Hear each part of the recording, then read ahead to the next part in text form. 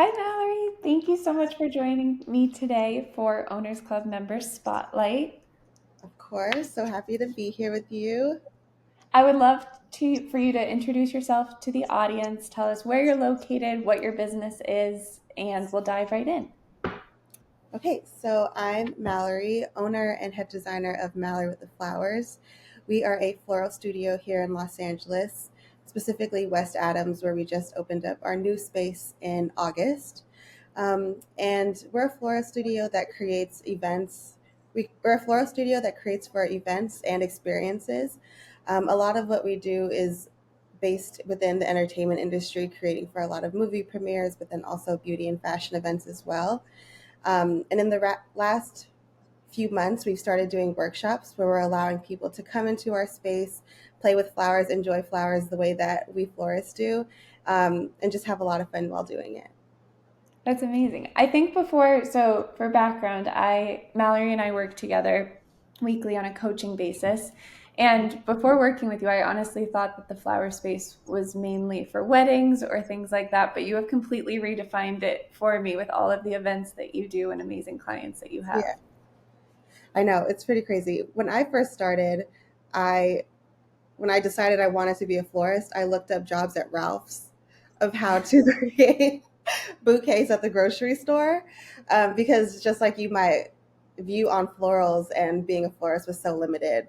But I think, especially being in LA, there's so many creative options, and floral design is really just another medium of creating art, especially here. So we're so excited to be able to create like really fun, crazy, wacky designs half the time, and weddings kind of being pretty secondary to us, actually. Amazing. And so tell me, what do you have planned next? What's next on the docket for Mallory with the Flowers? Next for us is really just expanding on the types of events that we do, creating for larger scale clients or just larger scale activations, really honing in on that. And then also, like I mentioned, we're doing our workshops.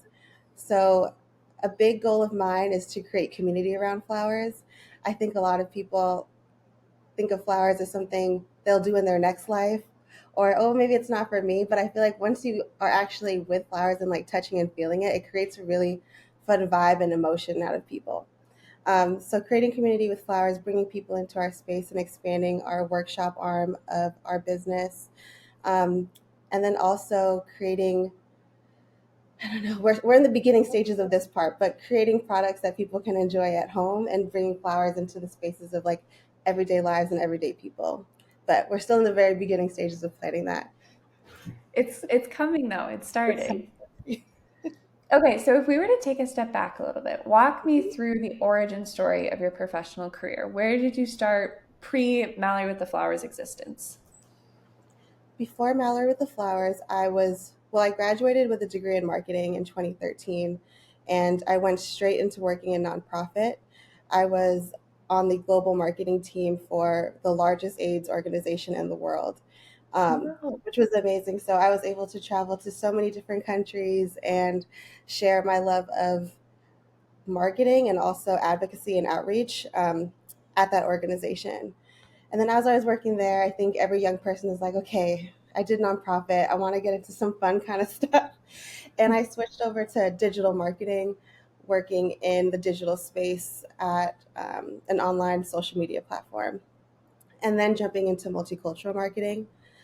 Um, and as I was doing that, I felt an itch to be more creative, especially using my hands. I realized I was sitting behind a computer for 80% of my day and then just Yeah. going home. So I was just like, I need an outlet, something to do that I can use my hands and like really just be creative. And I always used to tell myself, in my next life, I'll be a florist. Like, that sounds like a cool idea. In my next life, I'll do it. And then finally one day I was just like, oh, why not? I'll just do it. And I started this thing where I was like, every day for 30 days, I'm going to go to the grocery store and make an arrangement, not Wow. thinking that this would turn into any career at all. It was just something literally for myself and my sanity.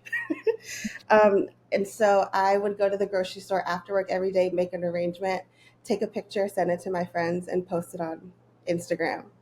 And Looking back, those arrangements were very bad.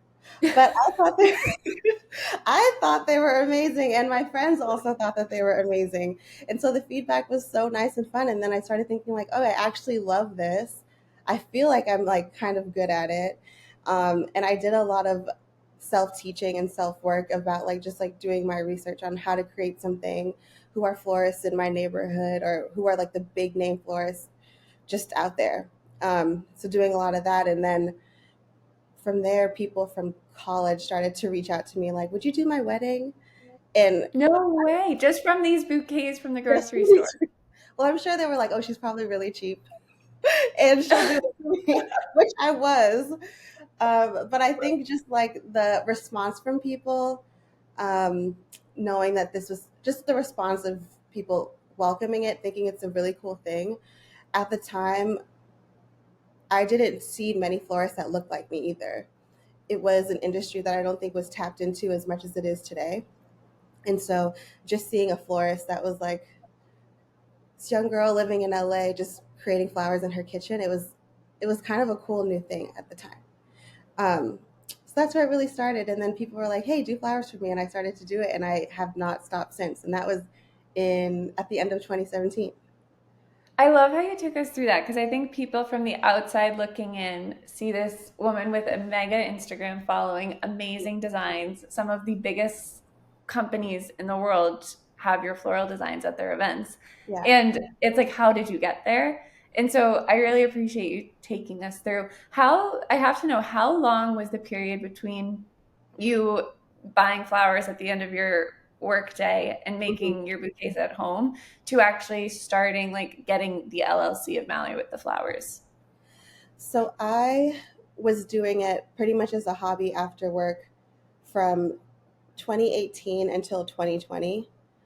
Okay. Um, and I transitioned from my kitchen table to my garage. I made Taking sure up more space. exactly when I got that garage, I was just like, oh man, this is like a real thing because I had a full table and a flower cooler, and I was like, okay, something's really happening here. But I think the year 2020 was when a lot of things shifted for me, of being able to put a lot more of my time into my business, just being sent home from work. When you work from home, your time is more flexible. I can run to my garage Yeah. if I want. And I was just like, okay, I'm going to put a lot of effort into this.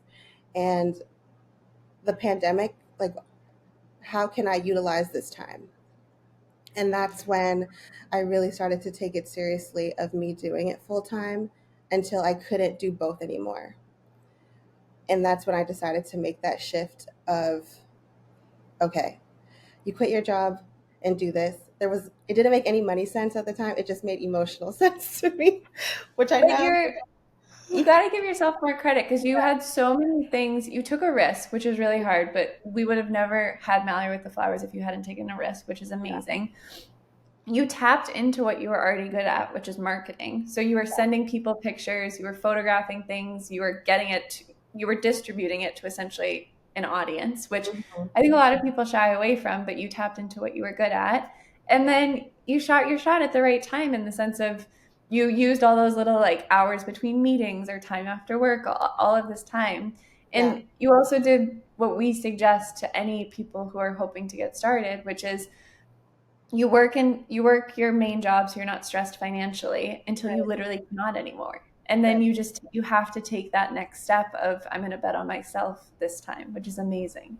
1,000%. And a lot of like newer florists come up and they ask me, how did you do it? Or what do you suggest if you're starting? And I always tell people just like, you have to do it every day. Like, keep doing it, keep practicing. Even if no one's ordering, you have to make something because people need to see it. It's a very visual outlet and it's a very visual job. Like, people need to see what you're doing. You need to practice. And it's a lot of hard work. It's a lot of saying yes, even when you want to say no. And I Yeah, think that's the biggest thing that we did. I was just saying a lot of yes those first few years. I love that. So I want to tap into a little bit more of that wisdom that you have from Mhm. doing this for a few years and starting from essentially just a hobby. What are some of the biggest learnings, wins, struggles that you've had over the past 3 or 4 years? I'll start with some struggles. I think some of the biggest struggles, especially with working for yourself in a creative industry, is your pricing and your value and your worth. Um, it's kind of hard for some people. I'm not going to say everyone, but especially me. It was hard to put a value on what I was doing, especially with the cost. I would always feel like I'm kind of cheating people whenever I'm asking them to pay me for flowers. And it feels like such an organic process that it felt like almost wrong to charge in the beginning. So a challenge was really just like making money and making it make sense as something that I could do full time. But once I got over that, it flowed a lot easier, and the confidence grows and builds the more that you just tell yourself like this is worth it. It's a lot of work. And at the end of the day, when you're so tired and burnt out, you want to see something in your bank account. And so Yeah. that is also something that can, push you to do better. And another struggle is kind of just like taking your creative outlet seriously. It's not a very typical job to have. It's not a job that kids grow up or parents grow up saying you should be a florist or you can be a florist. It's not really something you think about until it happens. Um, and so just trusting my work, trusting this job, and taking it seriously took me a while. Um, but once it did, it's like ended up being great. And were there moments where you had wins where you were like, this is confirming everything that I've worked so hard to create? Like, what are some of those micro moments where you're like, I'm doing it, or I feel like this is it? Those moments when you show up. So when I first started, I was literally waking up at 4 a.m. to go to the market. I'd put my flowers away, go to my 9 to 5, and then do flowers all through the night. Oh my God. Yeah, so that was happening for the first few years, and I never shared on my flower page that I had an actual job. And so I think when people found that out, they were just like, "What the heck? How are you doing that?" But it's just like that diligence to be able to. I really loved it, and I think the love drove the passion, and the passion drove the business, and Yeah. so that's where we got to where we are. And so like those wins when I would call out of work or something and show up to these events, and I kind of just stand there shell shocked, like I'm really in this building being paid to be here and trusted for my art and my craft. And like those little feelings are just like, dang, I'm really doing it. Like I'm really doing what I wanted to do. And still to this day, I'll show up to an event and like stand there and like look at this view or look at a logo or the movie premiere and just be like, I'm supposed to be in this room. I was hired to be in this room, and I'm adding a lot to this space. And those are wins that I carry with me every day. And even when I start to have self doubt in my studio, I remember those moments of like, I'm supposed to be here and supposed to be doing this. I think that is so huge because that's what allows you to step into these situations that if you told people who you're working with, it's like, how I want to do that. I want to do that. And it's like, well, Right, part of it is showing up is like right. the biggest thing and showing up as yourself and confident in your craft. And you are the subject matter expertise in your field when you show up to these things, Yeah. despite creating for some of the biggest creatives of like this this Right. world. And so I guess my question for you that I'm still trying to connect the dot on is how did you start? You work, like you said, mainly with larger like B2B corporations, Mhm. clients, events. How did you connect with these? I know it didn't happen overnight. So how did you connect with and network with the right people to be in brands and companies such as like Disney, Amazon, some of these huge names? I definitely didn't start out with the big brands. It was starting out with the whole like mindset of yes and Yeah. year of yes, but it was many years of yes. And so in 2020, when everyone was home, is when I started my delivery service. And so I opened up my online website and did bouquet deliveries. No one was able to see their friends, no one was able to hang out. So everyone was sending flowers. Oh, Um, that's so cool. exactly. So I was able to like tap into people's personal lives and get into their homes, and they got to know Mallory with the flowers on a more personal level because they were sending and receiving flowers from me. Um, and from there, I think that's when people start to know who you are because it's just like you never know whose flowers your houses are going into Yeah. or who that person works for. And so we were literally showing up at all these people's doorsteps twice a week for about a year. And that's when our following like really grew and really took off.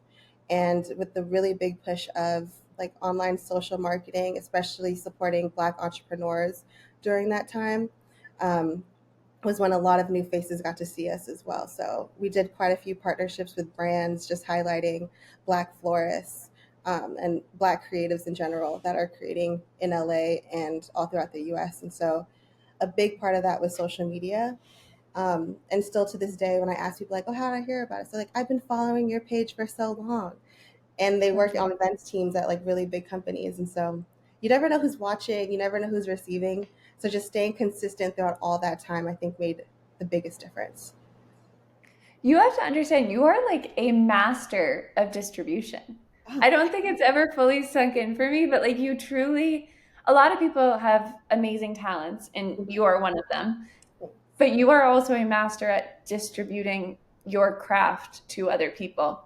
I think that's a piece that a lot of people get hung up, and it might come naturally to you. And even the way you're talking about it, I know it comes naturally to you of how do I get the product to other people.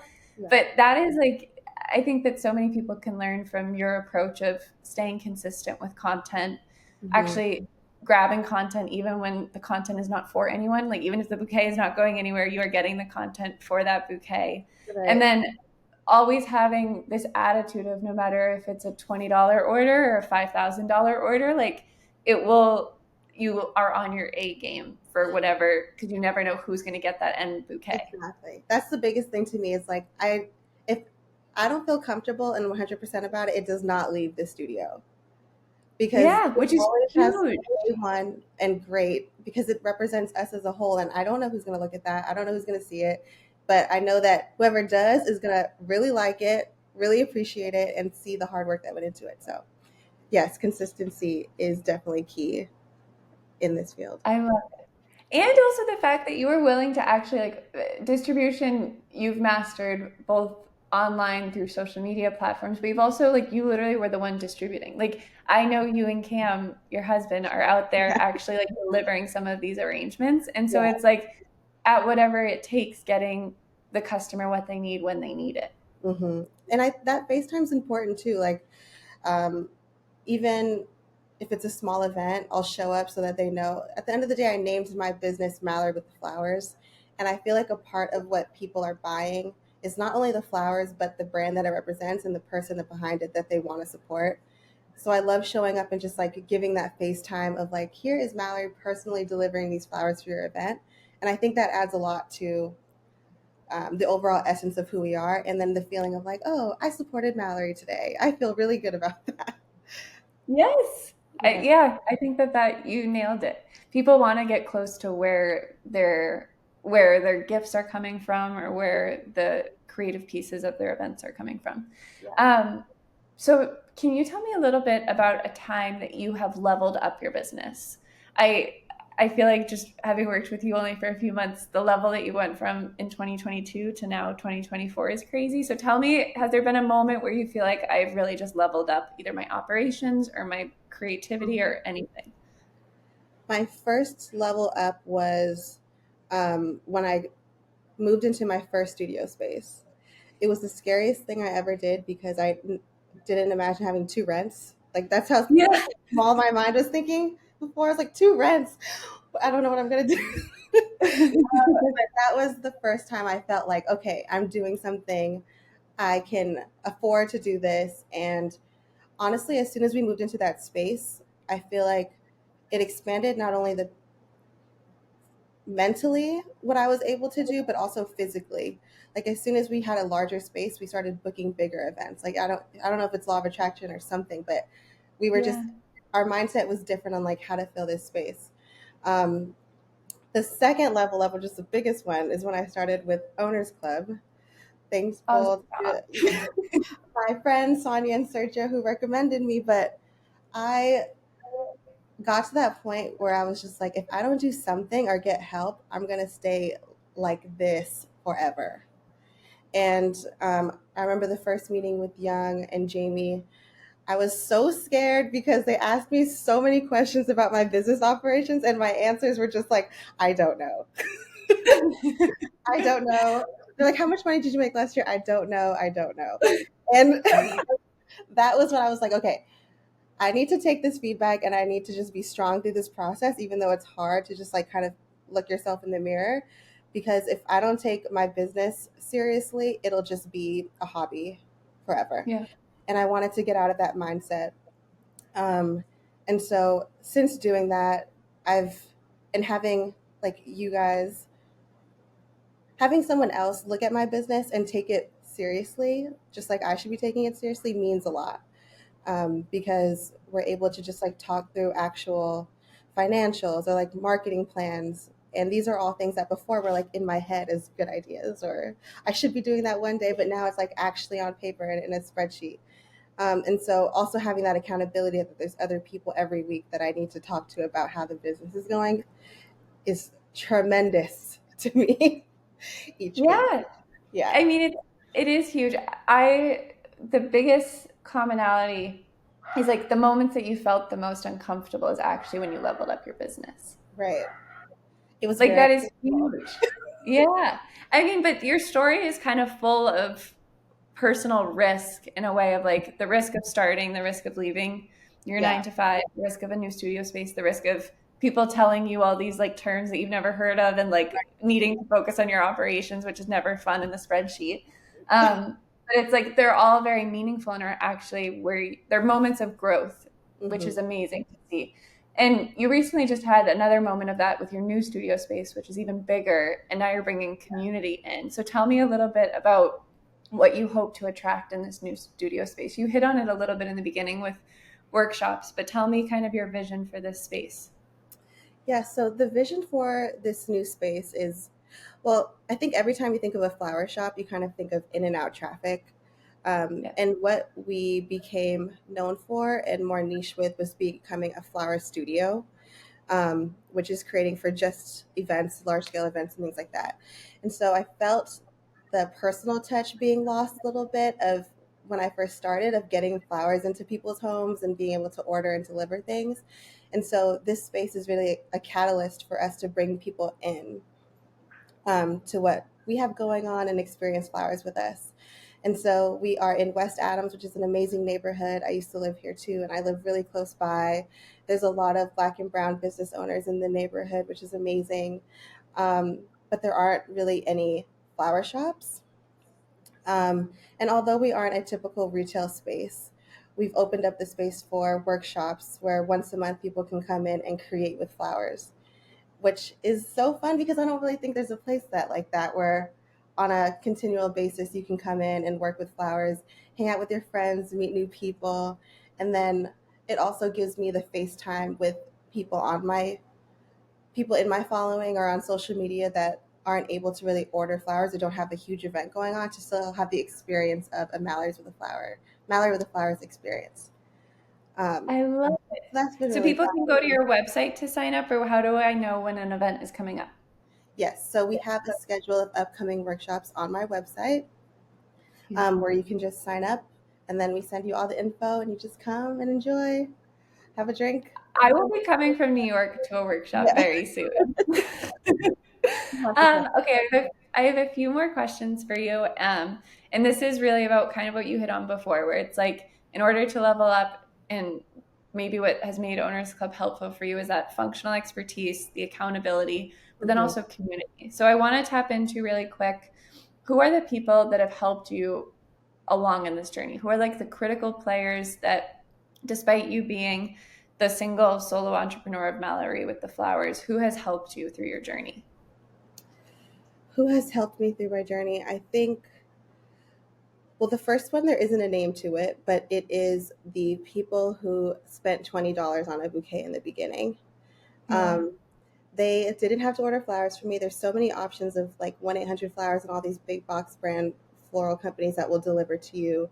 But the people who make a conscious choice to support a small business and order from someone in their neighborhood is the biggest stepping stone that I had, because they saw me on social media, decided to take a chance on Venmoing me in the beginning, $20 for bouquets and delivery, and continuing to support to get us to where we are today. So that was the biggest thing. The second I would say are people who speak our name in rooms that we're not in. I know that Yeah. we have a lot of supporters who are in event space and production spaces that continuously advocate for us and make sure that we get into the rooms to create for these large scale events. Um, so there are quite a few of those in the industry now that call us back time and time again for to create for them, and so we're eternally grateful for that.